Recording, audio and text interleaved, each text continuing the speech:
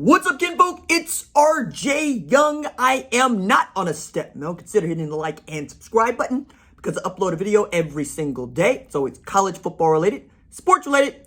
We have a good time. Today, I want to talk about Oklahoma, Texas, the SEC, right? So I think this is getting to be even more interesting, even as y'all know that I'm over here saying what I've been saying. Show me the play on the field, right? But I'm going to give you what you asked for, which is, yo, RJ, we believe this is done. We believe this is happening. And for some reason, you don't. Well, okay, cool. You have your opinion. I have mine, but we'll go with the facts on the ground.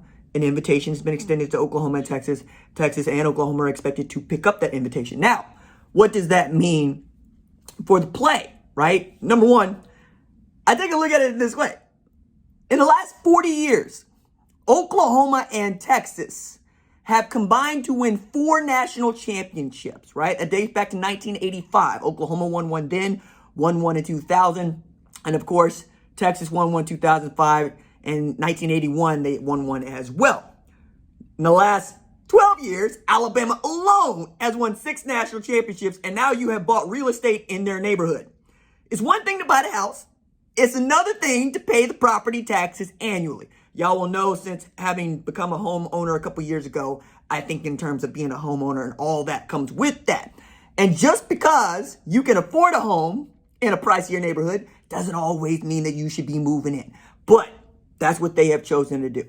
What does this do for college football on the whole? Well, it feels like Greg Sankey and the SEC are preparing to try to put together a super league. This man dropped that he has been reading about how the Premier League was formed when a couple of clubs broke away and decided they wanted to form their own division of top flight football. And now it is the richest league in the world. That includes, right, your NFL. Now, do I think that the SEC becoming some version of the Premier League is in the cards? Maybe, right? You only need to add a few more teams, but those few more teams you would need to add, I think, would not necessarily be easy.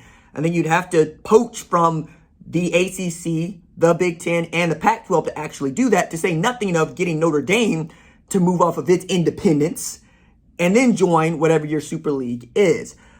But is that good for the sport? It doesn't feel like y'all would like a super league, especially if it does not account for relegation. That's what makes the Premier League go. You have relegation. You have a battle at the top and you have a battle at the bottom because everybody wants to stay in the money, which is the Premier League. And I think that that could be actually healthy for the sport. But the Premier League is also built in such a way that the middle tier teams always have an opportunity to go and get the top flight teams. You can have a Leicester City go win in the league, but you're probably going to end up with Manchester United, Arsenal, not so much Arsenal here recently. That's my club. Good God. Manchester City and so forth, so on. Those are going to be your top teams year in, year out. But for Oklahoma in the interim, let's say you go with the 12-team playoff, which I don't think is going to stick now that we have 16 teams, as y'all keep telling me, in the SEC. I think that you're going to blow that up, right? And I also think that the talent that has been coming out, not just of college football and in the NFL, has come from Texas and the Southeast. And if you have the one league to rule them all, kind of like that one ring over there that they had to drop into the volcano of Mordor, yeah, it's going to be real difficult for the Pac-12, the Big Ten, to continue to compete. Though the Big Ten has had lots of success going into Florida and Texas in particular to go get players. But that's just Ohio State, right? You need other teams among those 14 to be good, to say nothing of the 12 you have in the Pac-12. I understand that for your specific team, if you're an Alabama fan, LSU fan, Texas, Oklahoma, what have you, you're feeling no pain right now. You are pure energy. But I also look at it this way. In the next 10 years, how many national championships do you really expect Oklahoma and Texas to win? I mean, seriously, if they're members of the SEC, what do you expect that to be? All right, put it this way. Nebraska has had exactly one 10-win season in the 10 years since they have joined the Big Ten. Ain't all been just fun for them, to say nothing of sniffing a national championship, okay? Missouri has had all of 2 10-win seasons since joining the SEC. Texas A&M has had 1 10-win season since joining the SEC. None of them have played for championships, and none of them have even sniffed the playoff. This is what you're heading into if you're Oklahoma and Texas. Texas has been a non-factor since 2009. Okay? And then we get Bob Stoops saying we fit in the SEC and that we were probably 4 or 5 defensive recruits short of beating an SEC team or a Clemson team in the college football playoff. I find that curious. I find that odd. I find that curious and odd because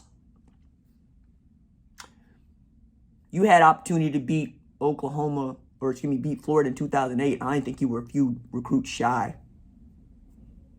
Just me. And you did beat Alabama in the 2013 Sugar Bowl. So, sometimes them just the breaks. I don't know that it's got a whole lot to do with the recruits, especially now, because Oklahoma has been really good since hiring Alex Grinch, which, I think is a very big deal. Now, if you are Oklahoma and you do not win the national championship in 2021, do you think you're going to win the national championship in the next 10 years?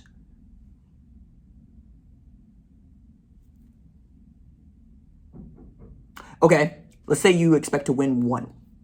Is 1 good enough when Alabama's won 6 in 12 years? How about Clemson winning 2 in the last 5? Clemson? And Dabo Swinney, I'll give him credit for this. He said, look, I don't want to be like everybody else. I want to be Clemson. Clemson's unique. And I have made the argument many times over that Oklahoma should be looking at Clemson going, that should have been us. Because if little old Clemson can go beat up on Alabama, hand Nick Saban the worst L of his entire career, why can't Oklahoma? And then that would be your argument in the SEC. But you got to do it week in, week out, because it ain't just Alabama you got to beat in the one-off like Clemson. You got to get past LSU, Georgia, Alabama, Auburn, Florida. Oh, we beat Florida without Kyle Pitts and Kadarius Toney. But okay, cool, beat Florida. Beat Alabama in years past. Also got skull dragged by Alabama. Also got skull dragged by Clemson. What I'm saying is you're going to have to fight and claw every single game. And if you're used to just coming out here and winning 10 games a year, it's going to be difficult to go through those 7-5 seasons. It's going to be hard. I don't know that that's what you want. But we're going to find out whether or not you're built for it. And the same folks that was over here decreeing Kevin Durant having the audacity to go to the Golden State Warriors are the folks that are yelling SEC, SEC. Who are you? Hypocrites. Chill out. The same Oklahoma fans would mock SEC fans for being SEC fans as opposed to fans of their team are now chanting SEC. I don't know what to do with y'all, right? Because you told me that you were down, and then you have the audacity to come to me with this. I am saying to you, if indeed 2023, 2024, 2025, Oklahoma and Texas are playing SEC football, you might look around and say, we live in the rich neighborhood, but our quality of life has taken a hit. And I would ask you, is it worth having a good neighborhood as opposed to being able to have a little bit of disposable income, having a good vacation every now and again without having to wonder if you're going to be able to pay these property taxes? Okay? That's what I'm telling you. All right, that's it for me. There's